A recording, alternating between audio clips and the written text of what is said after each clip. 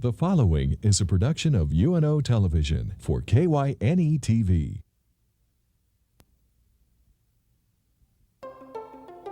Consider This with Carol Schrader, a news and information program recorded on the campus of the University of Nebraska at Omaha. From the Fireside Lounge in the Milo Bale Student Center, here is your host, Carol Schrader. Hello and welcome to the Milo Bale Student Center at the University of Nebraska at Omaha. Consider this. Information technology jobs, there are many of them and not enough people to fill them.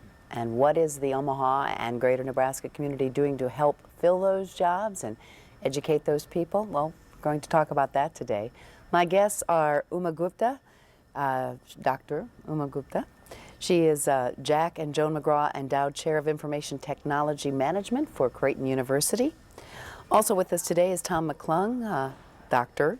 Tom McClung, and he is Associate Dean of Industrial Activities for the new College of Information, Science, and Technology here at UNO, often referred to as ICE-T, not to be confused with the Highway Bill, Federal Highway Bill. And Linda Wild is with us. She's Division Chair for Computer and Office Technologies for Metro Community College. I really appreciate having you all here today. Let's try to paint a picture first, and just feel free to, join in the conversation. For us non-computer types, that just work them and pray that everything we punch in works, paint a picture of what the job market is demanding and what kinds of jobs are needed. I think the businesses are saying we are looking for somebody who has a good understanding of computer and information systems and technologies, but more important, they are looking for students who have the ability to take these technical skills to apply that in a business environment so that you can solve business problems. So we are not looking, even though we are talking about information technology jobs, we are not just looking for pure techies, as they are frequently called. We are looking at people who have the ability to take this technology, apply it in a business environment, and solve some real problems. We have someone yelling in the background. I'm sure this too will pass. Hopefully, like the labor shortage in the area. Just to complement what Uma has said, what she said is absolutely correct from our perspective as well, and that could be anyone from programming to data analysis to software analysis to management kinds of roles to project management. But one of the other things that we've heard as we've gone out and talked to business leaders in information technology is they want them technically capable, but they also want them to be able to communicate well, both verbally and written, to have good interpersonal skills, to be able to work in the group process, because now more and more there is the effort to look at a problem from multiple perspectives in a team role, team setting. And finally, for someone that has the ability to problem solve, to take a problem and look at what are the root causes and come up with solutions. So those are skills to complement the technical training as well. And I think a third aspect, I would agree with both of my colleagues here, but also a third aspect, the businesses also want people that are absolutely current in information technology. So as fast as they have learned one skill and have added teamwork and communication skills and are polished and contribute to the business environment, then they also want them to keep up with whatever the latest development is in information technology. And that can change like yesterday. And every yesterday. Yes, It's really accurate. It's really incredible. We had a guest speaker at one of our classes recently from a major corporation here in Omaha, and what she was talking about is the future of technology. And she asked the class, how long do you think it is that a new version of a PC becomes obsolete? The day you buy it or before? The answer was 30 days. And in 30 days, there's another version of something coming out that is faster, that has more features.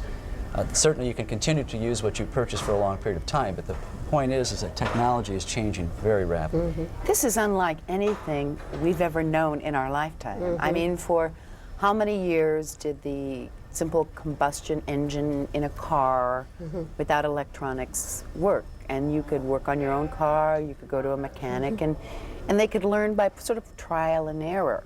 I mean, for many years, a lifetime compared to computers. Was it obsolescence every second and somewhere?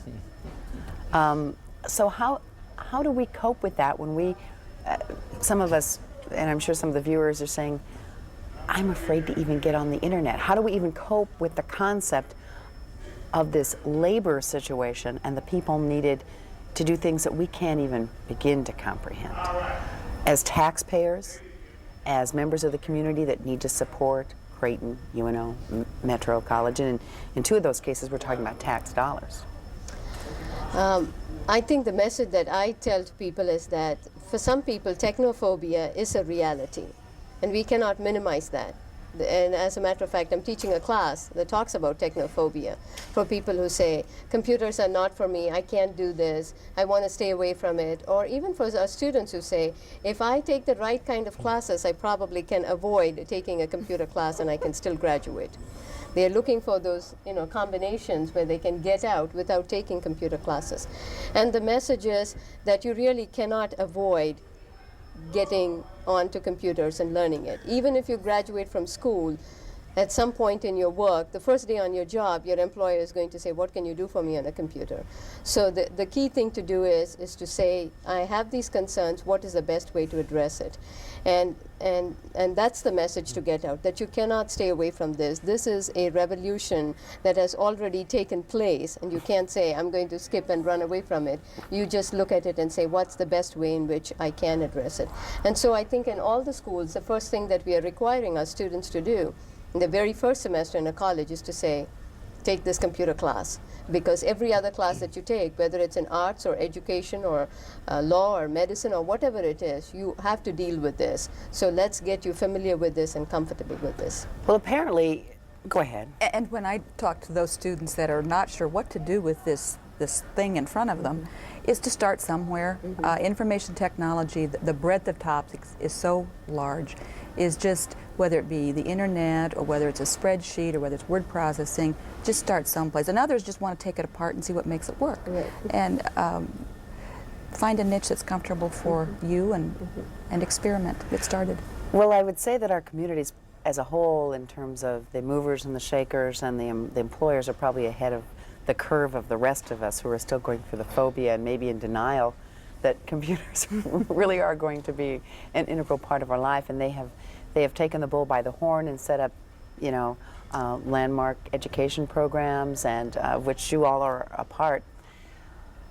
But where do we stand, even if you fill every seat in all the classes that you can, when ICE-T's totally functional and you get the new building and you've got everybody filled to the gills, you're turning out people at the various levels, are we going to fill all the jobs that we hear are just waiting or changing and turning over? There's a tremendous demand in the marketplace. The AIM Institute did a study a couple of years ago and found that in the Omaha region alone, there's 1,500 new positions in information technology created every year. If you added up all of the higher education institutions throughout the entire state of Nebraska, there's 450 graduates in information technology.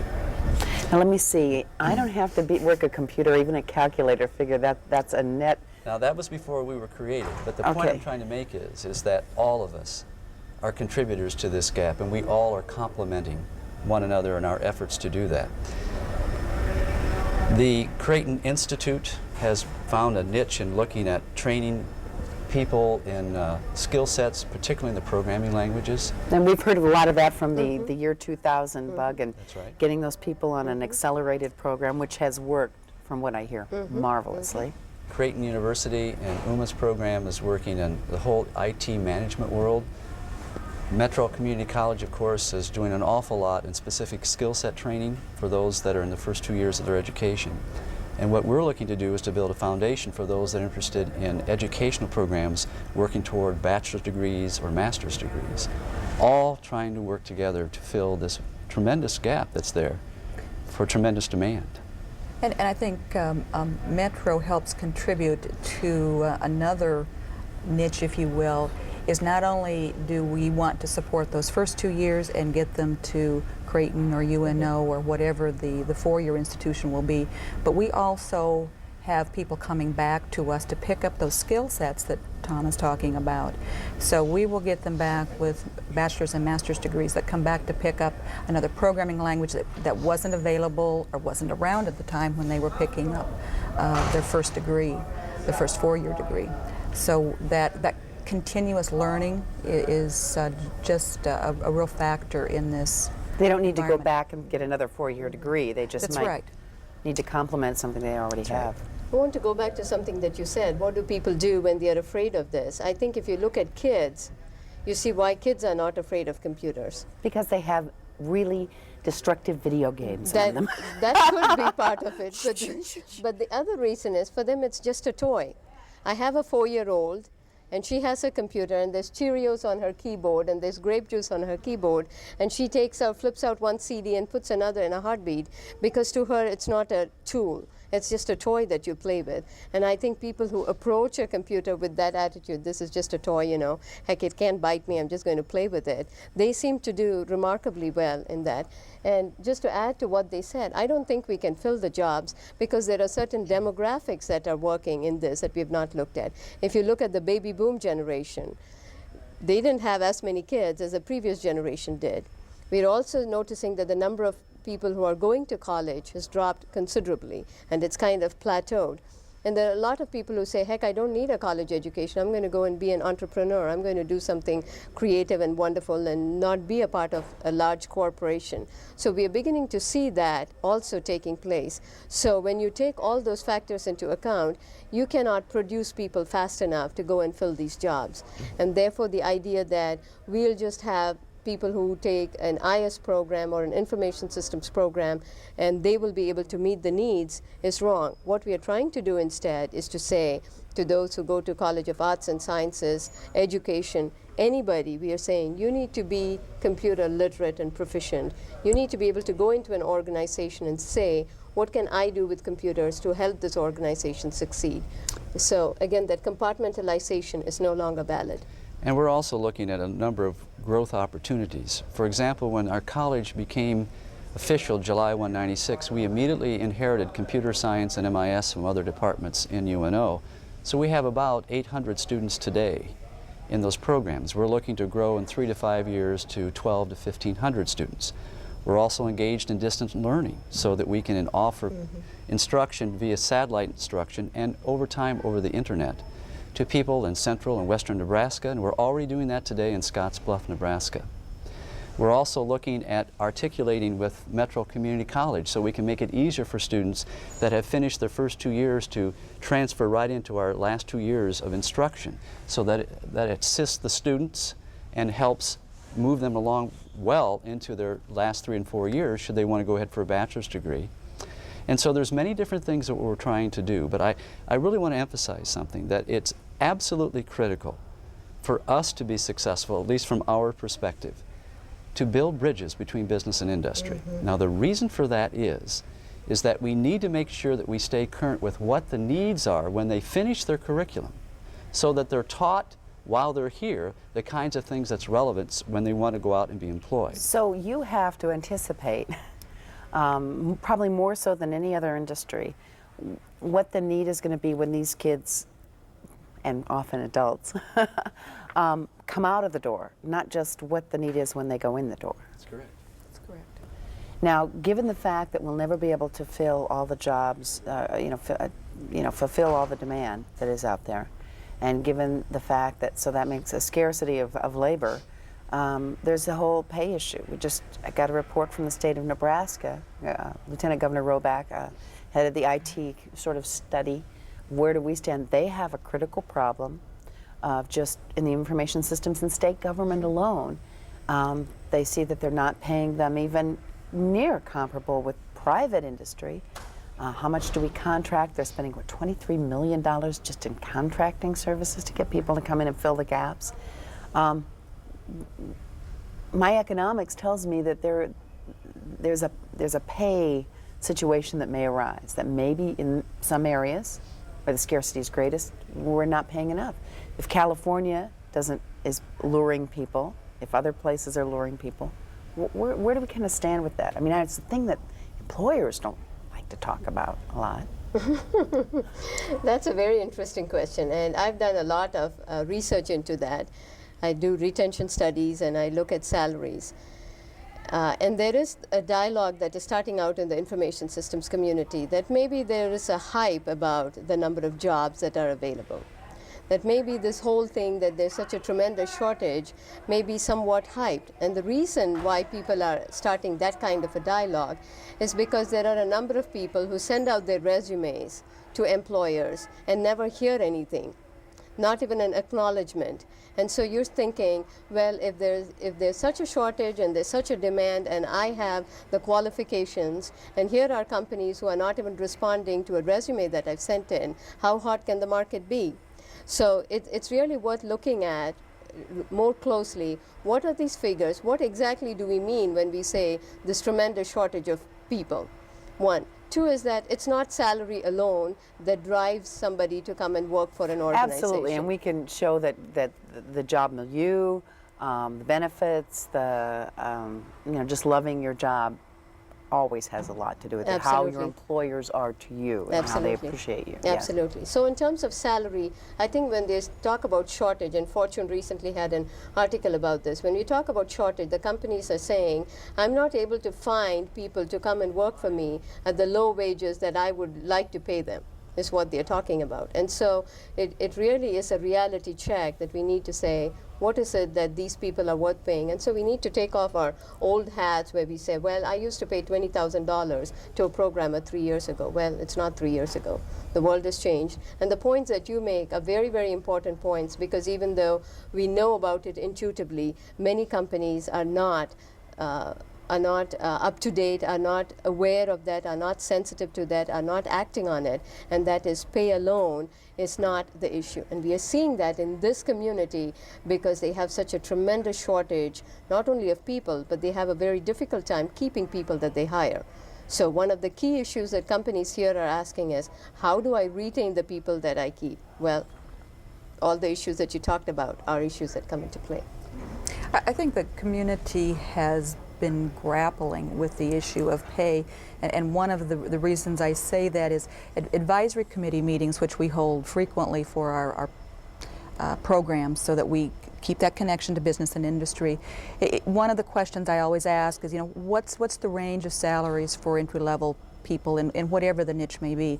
And what is the advancement potential goal and potential? Yeah. And there was a time when they would talk about that, 3, 4, 5 years ago, they would talk about that in general. And now many times at the advisory committee meetings, they will look at one another, grin, and they won't touch the subject at all.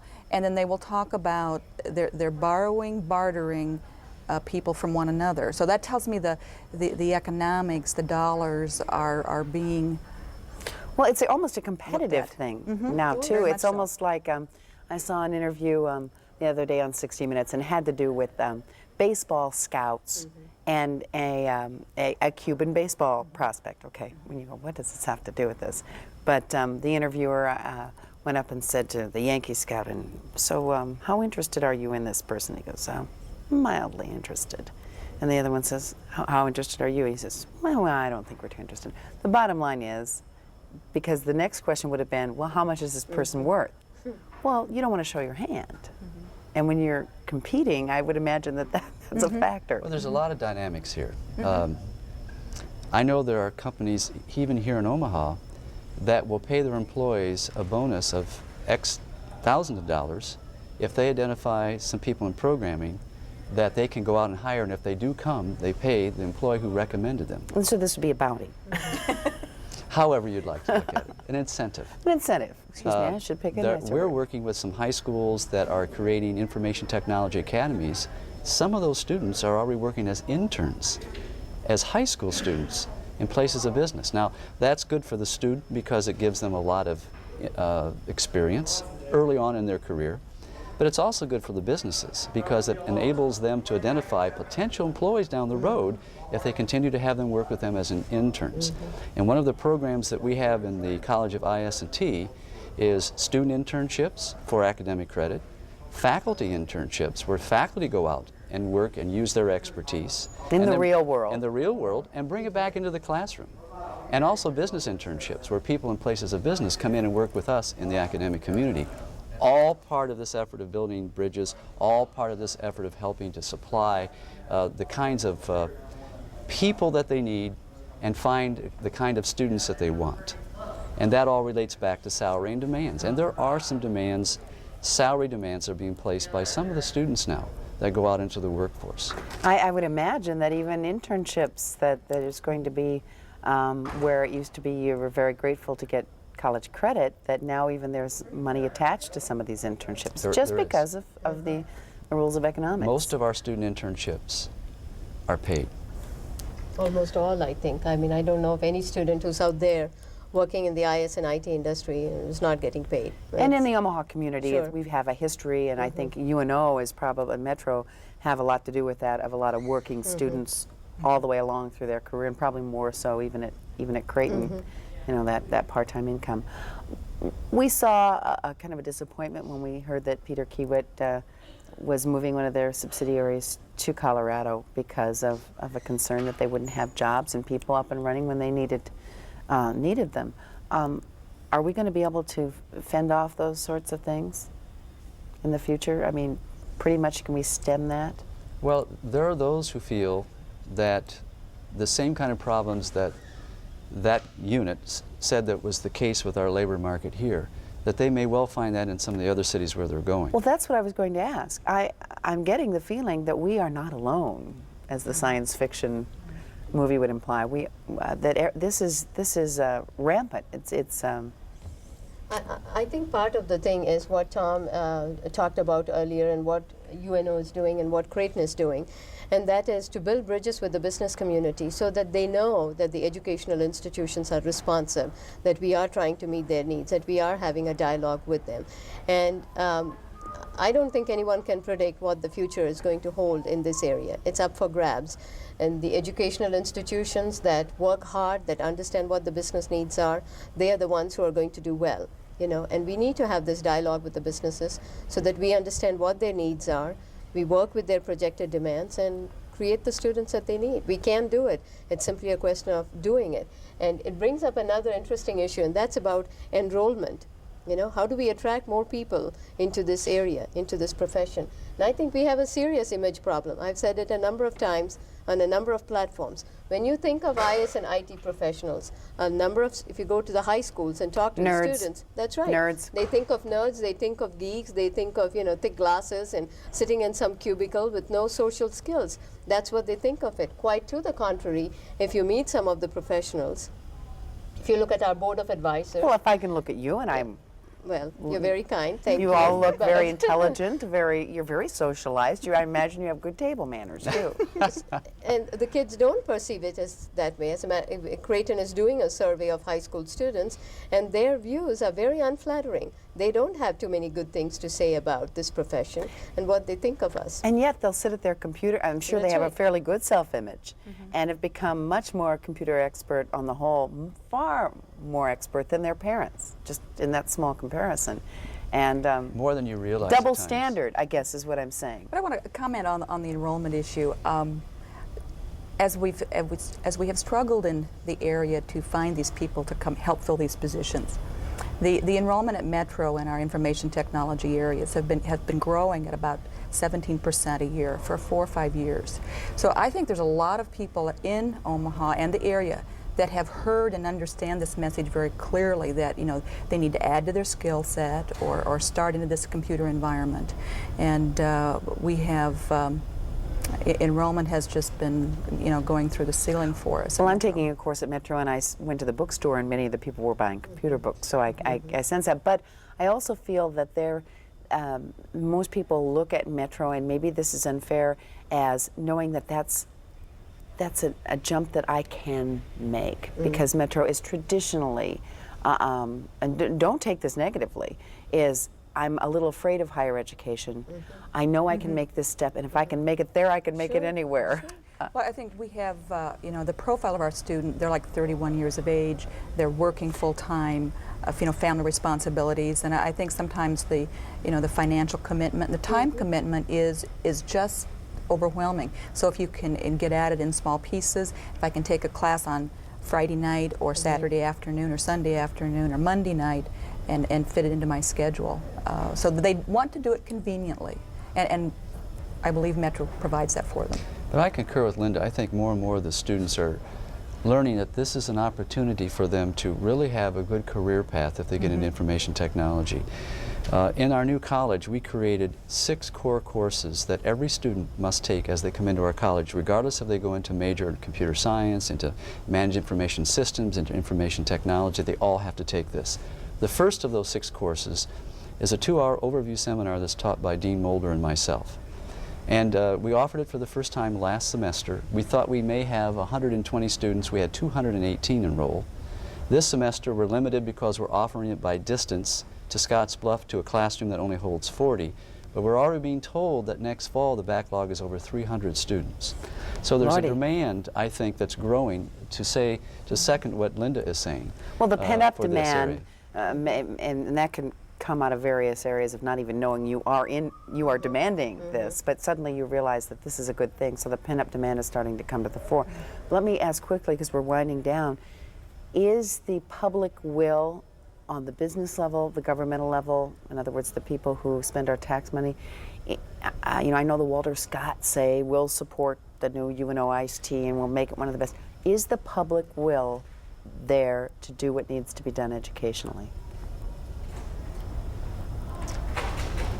Let me ask what you mean by the word public will. By public will, I mean, well, and maybe the private will too, but the business community, the people who the legislators who vote tax dollars, and the other elected leaders, governors, mayors. I'll speak now just for IS&T, and my colleagues can speak for their respective institutions. There's been a tremendous amount of financial support from the private sector for our new college and for the Institute of Information Science and Technology, of which we're a part along with the College of Engineering. That's manifested in dollars that's coming from the private sector for scholarships, salary supplements, program costs, and to help us build our brand new facility. Okay, we've got about 30 seconds, so maybe we'll let them type in. Do you feel the will is there? Very much so. Very strong support from the business community. You just name it and they're willing to do it for us. Very good. I would agree. I think the emphasis on faculty internships, student internships, I think that environment's been opened up and they're very supportive. I just want to mention that a big thing is coming up in the information technology world, and that's called Infotech. And it is a 3-day conference, not sponsored by UNO, but by a lot of organizations. And if you'd like more information, or your company would, and just what it's about, it's April 14th through the 16th at the Holiday Inn, and we have an 800 number here, 1-800-996-3233, or check www.infotech.org. And it's sponsored by Exarban Chapter of Association of Information Technology Specialists. Find out more on the website. Thank you, Uma, Tom, Linda. Thank you for joining us It's been a pleasure. on Consider This.